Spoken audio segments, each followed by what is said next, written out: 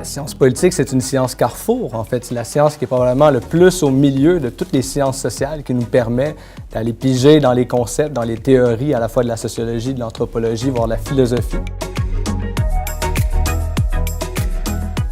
En fait, j'ai commencé à m'y intéresser tout simplement parce qu'on en parle à tous les jours, de diverses manières. La diversité est sans doute l'un des enjeux principaux du 21e siècle. Penser comment on va aménager de manière équitable la diversité, qu'elle soit ethnoculturelle, donc issue de l'immigration pour l'essentiel, ou encore on peut penser à la diversité profonde qui nous engage à véritablement revoir l'architecture de nos États, de revoir le modèle de l'État-nation normal qui serait davantage homogénéisant pour penser un modèle qui soit plus équitable. C'est important de faire la distinction entre la diversité qu'on pourrait appeler de premier niveau, la diversité ethnoculturelle issue de l'immigration, et la diversité qu'on appelle profonde. On fait référence ici, dans le langage des philosophes de Charles Taylor ou encore de Will Kymlicka, à l'idée de ces nations internes, cette diversité nationale qui habite, qui traverse nos États, nos démocraties, qu'on va appeler donc multinationales. C'est important de faire la distinction puisque sinon on en vient à brouiller les cartes. C'est-à-dire que la diversité profonde, elle va parler le langage de l'autodétermination, le langage de l'autonomie gouvernementale. Et en quoi ça nous engage, ça? C'est que ces nations-là souhaitent faire société à travers leurs propres paramètres organisationnels désirés. Donc, détenir leur propre ensemble d'institutions pour gouverner, pour diriger leur destin et leur être politique. De l'autre côté, la diversité ethnoculturelle de premier niveau, elle va parler le langage de la non-discrimination, de la reconnaissance. Plutôt que de vouloir faire société, ici, l'idée est d'en intégrer une. On souhaite finalement que l'État mobilise différents leviers, notamment sur le plan institutionnel, pour faciliter cette pleine intégration, cette pleine participation à la vie publique commune.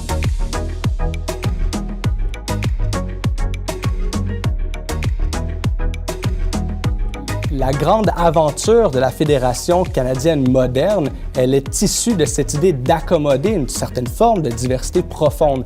Qu'on pense à la loi constitutionnelle de 1867 et avant ça à l'Acte de Québec ou encore l'Acte constitutionnel, l'idée est d'aménager ce qui va devenir une fédération dans laquelle une minorité qui va être majoritaire sur son territoire, on pense à la province du Québec, va détenir un ensemble considérable de pouvoirs, bien que ce ne soit encore pas parfait, malgré ce qu'en disent les Justin Trudeau et Mélanie Joly, pour l'idée de pouvoir s'émanciper, se développer à travers ses propres institutions. Ceci dit, le fédéralisme canadien ne réussit pas à tenir compte de manière adéquate de l'ensemble de la diversité profonde. On pense ici, bien entendu, par exemple, aux peuples autochtones qui jamais n'ont reçu un traitement, on pourrait dire, véritablement équitable, adéquat au sein de l'architecture institutionnelle et constitutionnelle canadienne.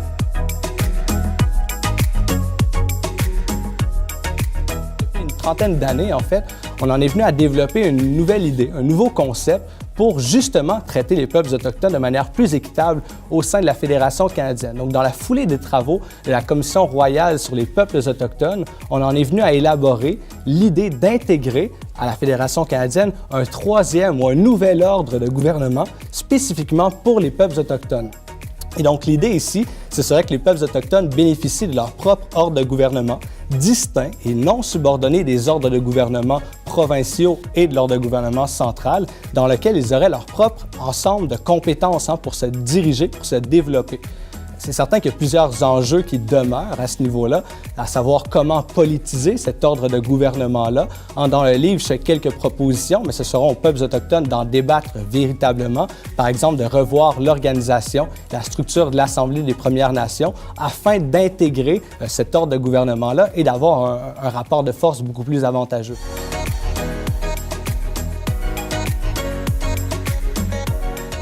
Parler de société complexe aujourd'hui ne revient pas à dire que les sociétés d'hier, celles des siècles précédents, ne l'étaient pas, qu'elles étaient simples, qu'elles étaient homogènes d'un point de vue culturel.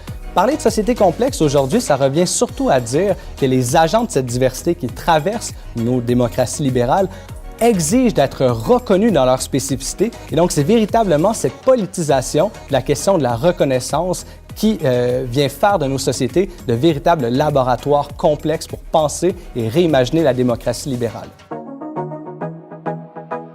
Par nation fragile, très simplement, je fais référence aux nations qui ne disposent pas de leur propre État souverain. Donc, on peut penser évidemment au Québec ou encore à la Catalogne et à l'Écosse qu'on met souvent en comparaison. Ces nations sont fragiles pour des raisons à la fois subjectives et d'autres davantage objectives. D'un point de vue subjectif, on peut souligner le fait que toutes ces collectivités nationales-là, à un moment ou à un autre de leur histoire, on va avoir tenté de les assimiler, que ce soit par le moyen d'une conquête ou encore par des politiques de nation building, de construction nationale de la collectivité majoritaire. Cela va laisser des traces importantes dans les récits collectifs, dans l'imaginaire collectif, où par exemple, si on prend l'exemple du Québec, bien, ça va laisser la narration d'un peuple né pour un petit pain, ou encore la formule de Vallière, les nègres blancs d'Amérique. D'un point de vue davantage objectif, concret maintenant, ces nations sont fragiles puisqu'elles ne détiennent pas justement leur État souverain et donc elles sont limitées dans les leviers institutionnels dont elles disposent d'un point de vue constitutionnel et politique pour s'émanciper, pour diriger significativement leur être et leur devenir politique. Mais attention, cette fragilité n'est pas une fatalité politique, c'est-à-dire qu'on peut la dépasser, on peut la contrôler. On peut notamment avoir un impact concret, direct sur cette fragilité nationale-là en faisant en sorte que les nations minoritaires puissent bénéficier d'un ensemble suffisant, significatif d'institutions politiques. S'il y a un seul élément sur lequel j'aimerais insister pour qu'on se rappelle des objectifs de l'ouvrage, c'est celui-ci. Il doit être possible et c'est réalisable de réfléchir aux enjeux qui touchent à la fois la diversité de premier niveau, ethnoculturelle et issue de l'immigration, ainsi que la diversité profonde. On doit combiner ces deux champs d'études-là, puisque seulement ainsi on permet de penser dans son ensemble quels sont les défis du pluralisme. Et le fédéralisme, dans un contexte canadien notamment, nous permet précisément de s'intéresser à cela.